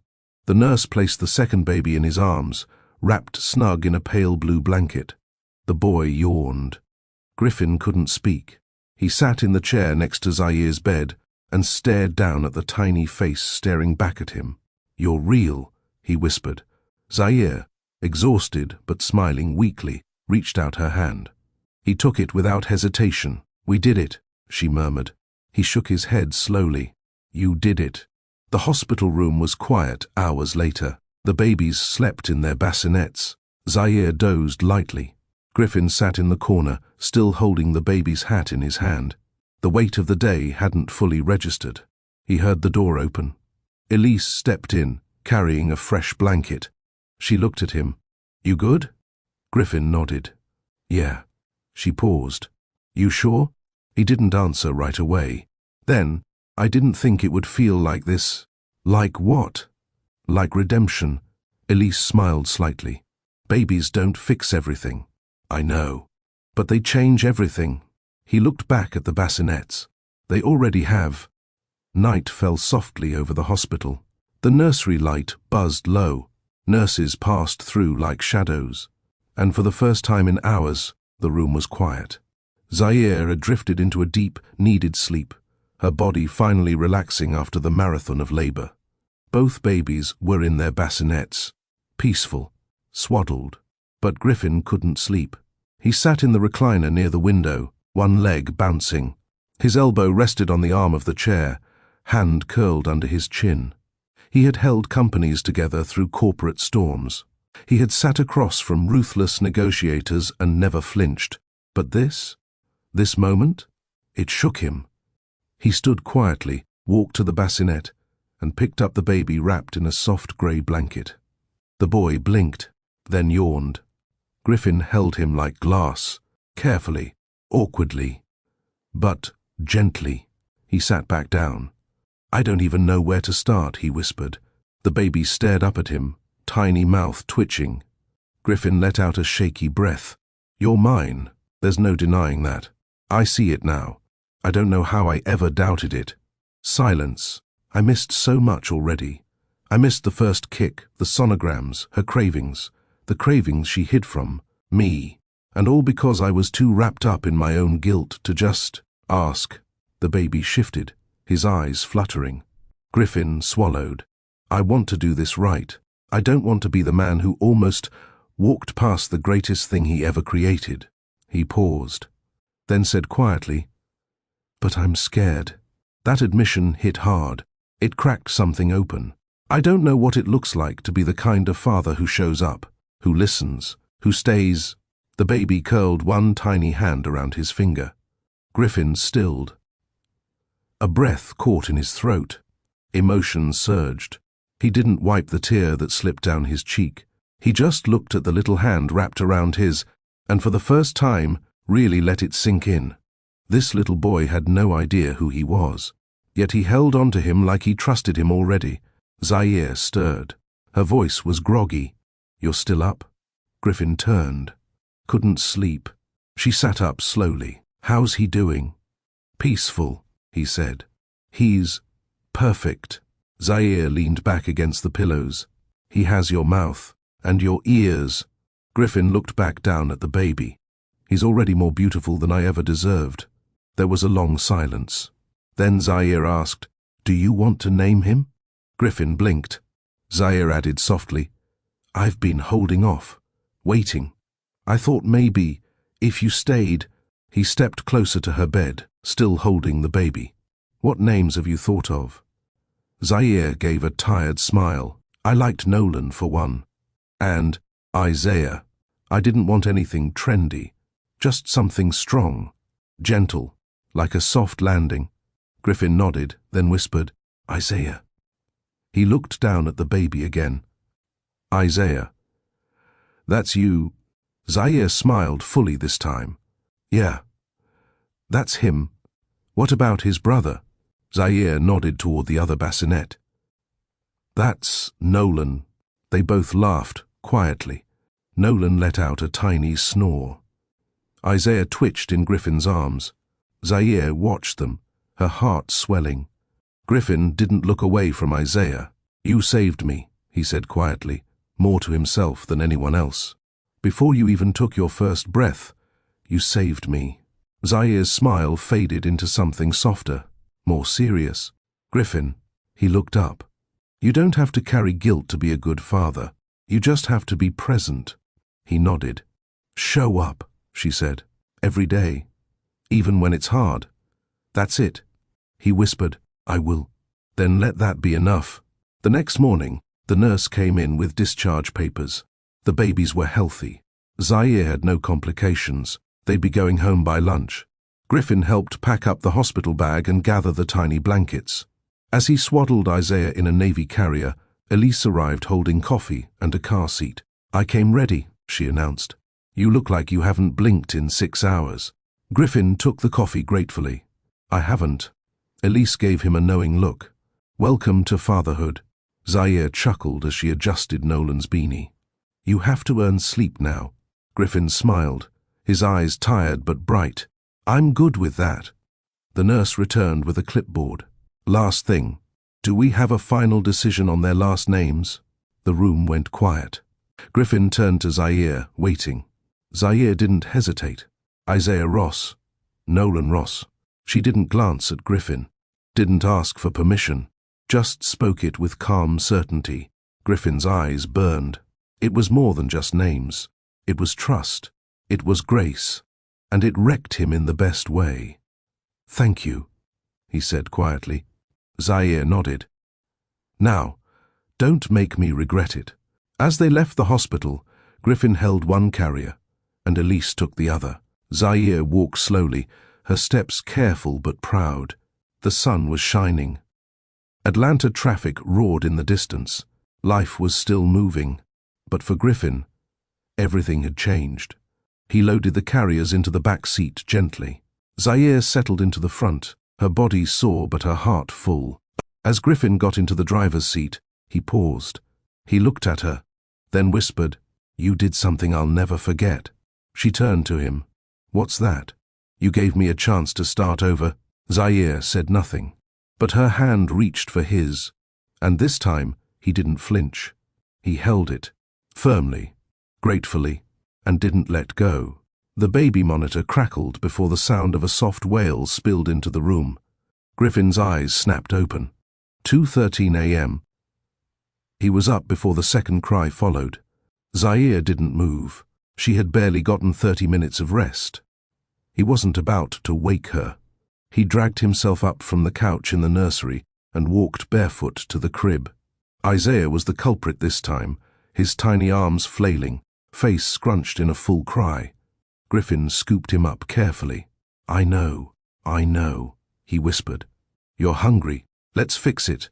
He walked to the kitchen, warmed a bottle, tested the wrist temperature, just like Elise taught him, and settled into the armchair in the nursery. Isaiah latched fast, sucking greedily. Griffin's hand cradled the back of his son's head.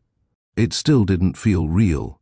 The house was filled with new noises now. Soft cries, the hum of the bottle warmer, the lullaby mobile turning slow above Nolan's crib. He glanced over. Nolan slept peacefully, like a baby on vacation. Of course, Isaiah was the night owl. Nolan preferred afternoon drama. They had already carved out personalities, these two, and somehow Griffin loved them both more than he knew how to say. By 3 a.m., Isaiah was back down. Griffin tiptoed out of the nursery, careful not to wake Nolan. He passed through the hallway and caught sight of Zaire leaning against the doorway of their room. She looked exhausted, but calm. "You didn't wake me," she said softly. Griffin shrugged. "You carried them for 9 months. I can carry them through the night." She smiled. "Thank you." He came closer. "Get back in bed. I'll take the next round too." Zaire reached out, hand touching his chest gently. "Griffin?" He paused. Her eyes met his, tired, but full of something else too. "You're doing good." His chest rose, then stilled. Nobody had said that to him before. Not his father. Not anyone. Zaire's hand dropped. "You needed to hear it." He nodded. "Yeah, I did." She disappeared back into the bedroom. Griffin stood there for a long time, breathing in the quiet. Morning came fast. The twins had settled into their second nap, and Zaire was finally getting some sleep too. Griffin sat at the dining table, nursing a mug of coffee and scrolling through emails. His phone buzzed.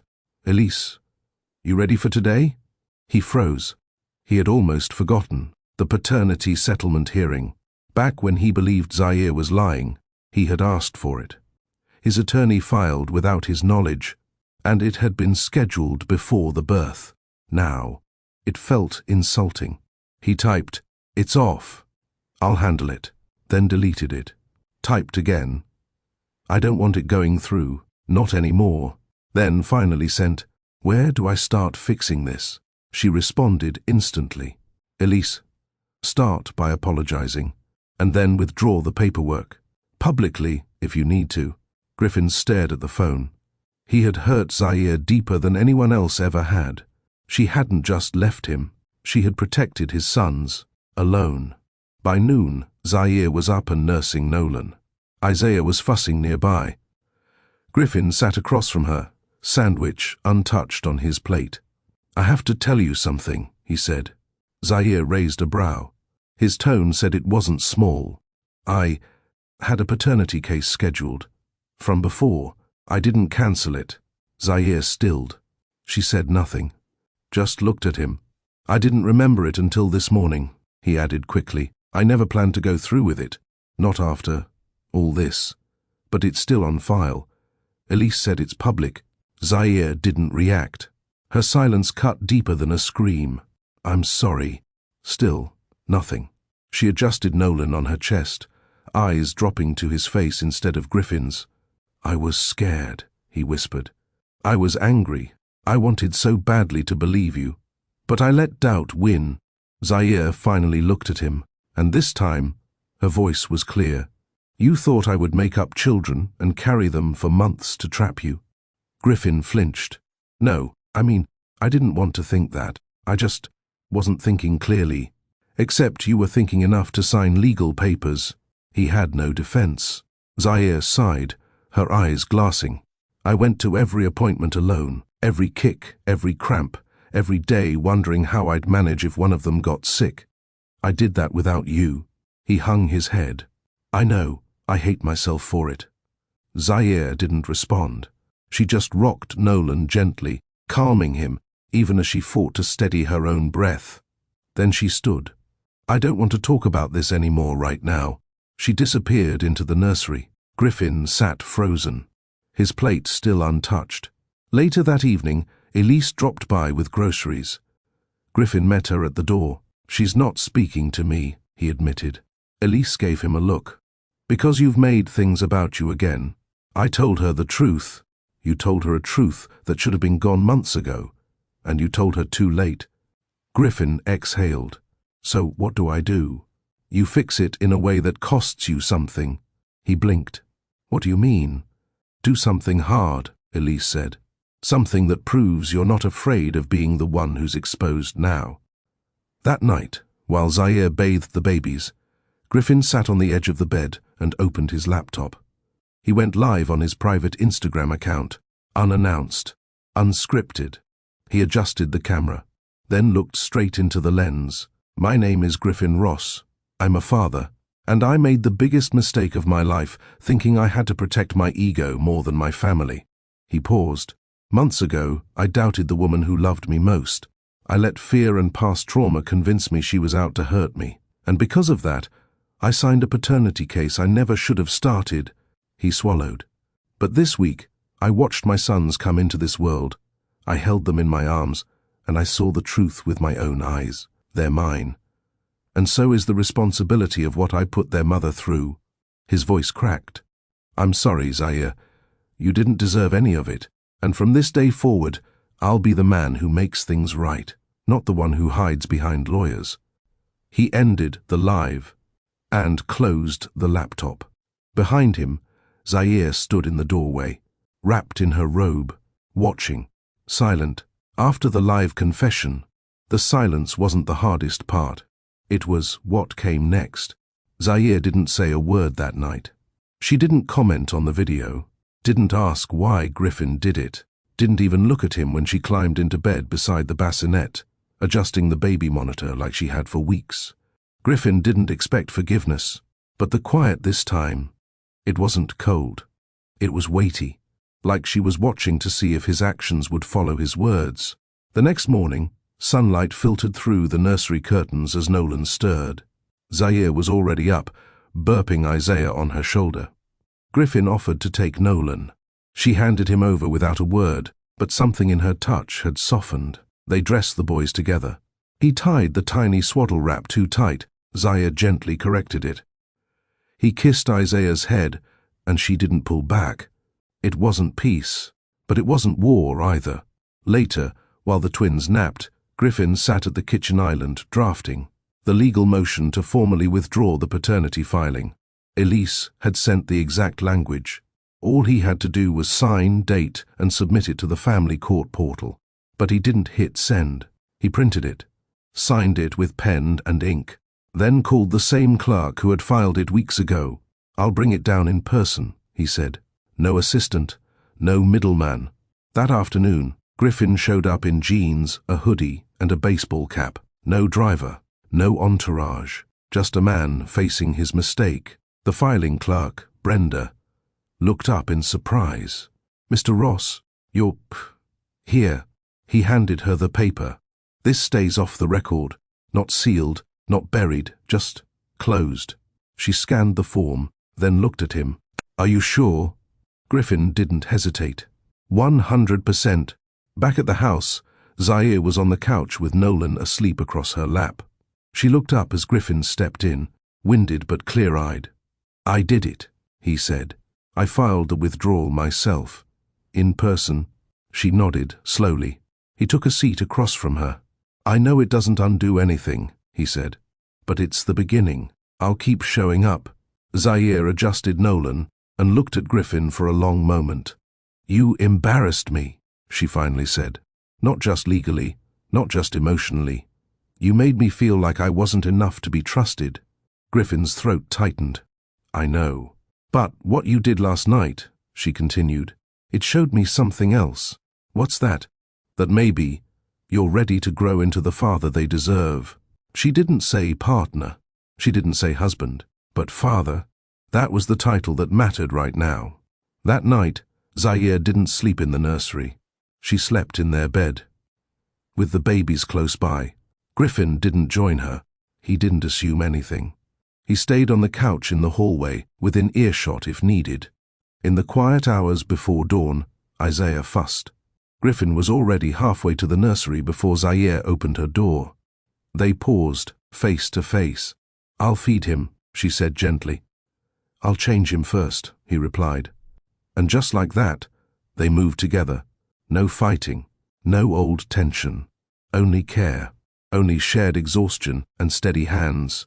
When the twins went back down, Griffin stayed by the cribs while Zaire stood by the door. "You want to come to the pediatrician's appointment this week?" she asked. He looked up. "You'd let me? I wouldn't invite you if I didn't want you there." He nodded, heart thudding in his chest. "I'll be there." The next day, Griffin stepped into the clinic with 2 car seats, his backpack slung across his shoulder like a first-time dad. The nurse smiled. "First visit?" "First for me," he said, "but their mom's been holding it down." Zaire gave him a quick glance, a faint smile playing on her lips.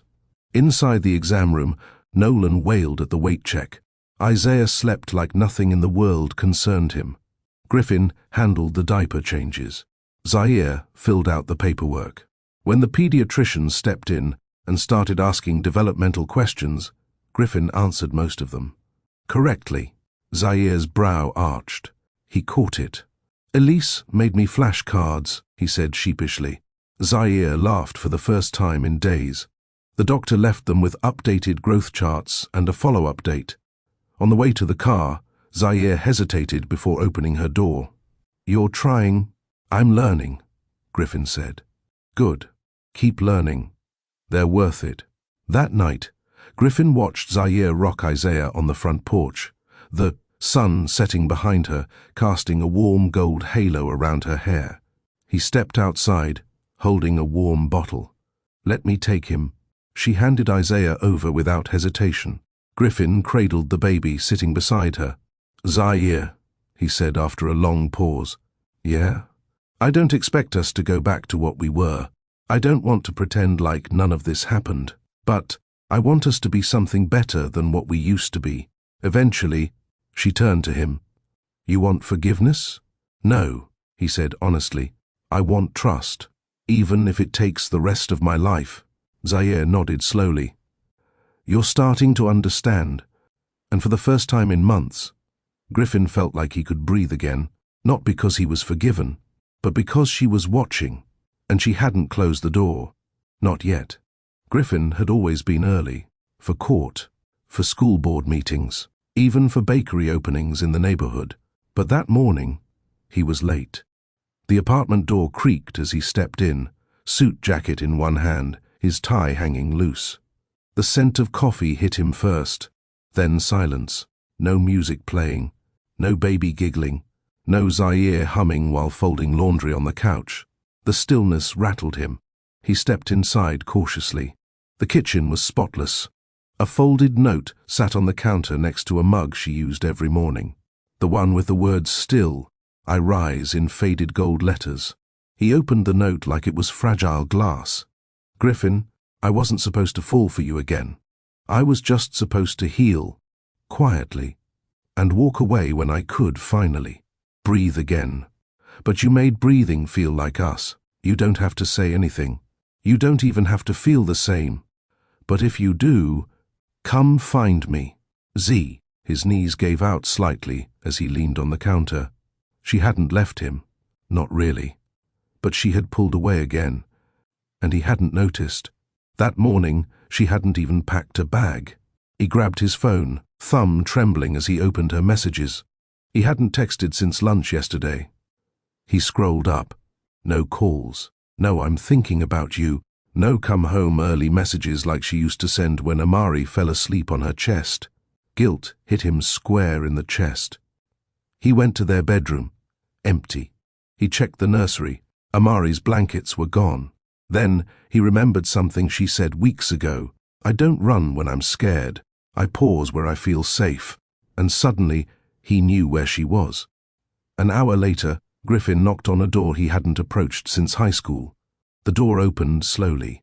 "Didn't think you'd ever darken my doorstep again," said Ms. Marnie, her childhood neighbor, who used to bake banana bread and tell Zaire stories about her late mother. Griffin's voice was steady but low. "She's here, isn't she?" Marnie stepped aside without a word. Inside the dim-lit living room, Zaire sat in a recliner with Amari, asleep against her chest, bottles still clutched in his tiny fingers. She looked up. He didn't speak. Not yet. He knelt, not to beg, but to level himself with the most important view in the room, the mother, of his child, holding their son as if the world outside didn't exist. "I read the letter," he said finally. "I didn't mean to leave it. I'm glad you did." She met his gaze, quietly. "Why?" "Because now I know I'm not crazy for feeling like every second with you matters more than any deal I've ever closed." Zaire swallowed, her hand unconsciously stroking Amari's curls. "I needed space," she said. "And not because you did anything wrong yesterday, but because I was scared I'd fall again. And this time, I wouldn't survive the landing."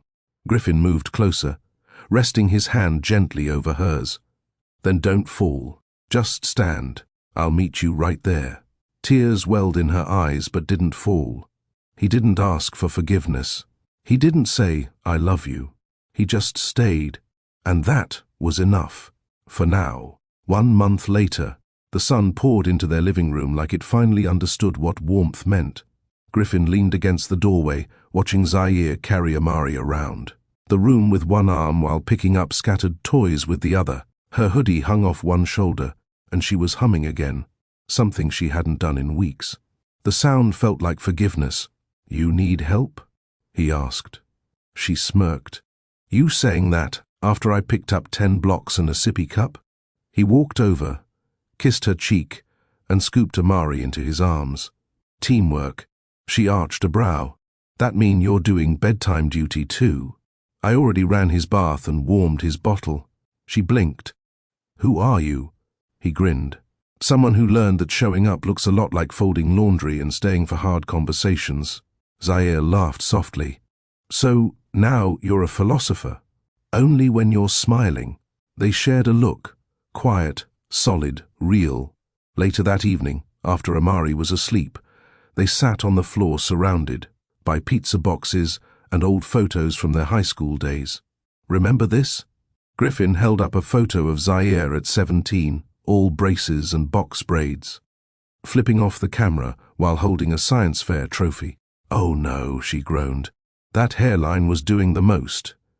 He laughed. "You were fearless. I was stubborn. Still are." She turned serious. "Do you ever wonder how different things would have been if we stayed together?" He nodded. "All the time. But then I think, maybe we weren't ready then. Maybe now is better." Zaire looked at him, eyes softer than before. "I don't want to keep rehearsing pain just because I'm scared to trust peace." Griffin reached for her hand. "Then don't. Let's write new lines.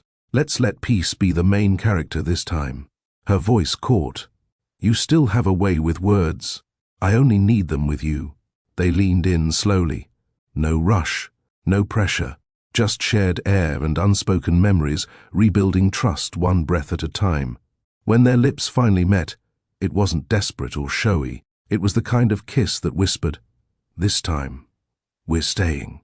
If you've ever tried loving again after heartbreak, if you've ever held your breath waiting to see if someone would stay this time, then you know Zaire's story. It's about real peace and love that doesn't demand a leap, just a step toward trust. Drop a comment. Do you believe people deserve a second chance after hurting you? Hit the like button if you felt Zaire's growth. Share this with someone who needs hope. Subscribe for more stories that remind you healing is loudest in the quietest moments. We'll see you in the next one. Mr. Charles Stories.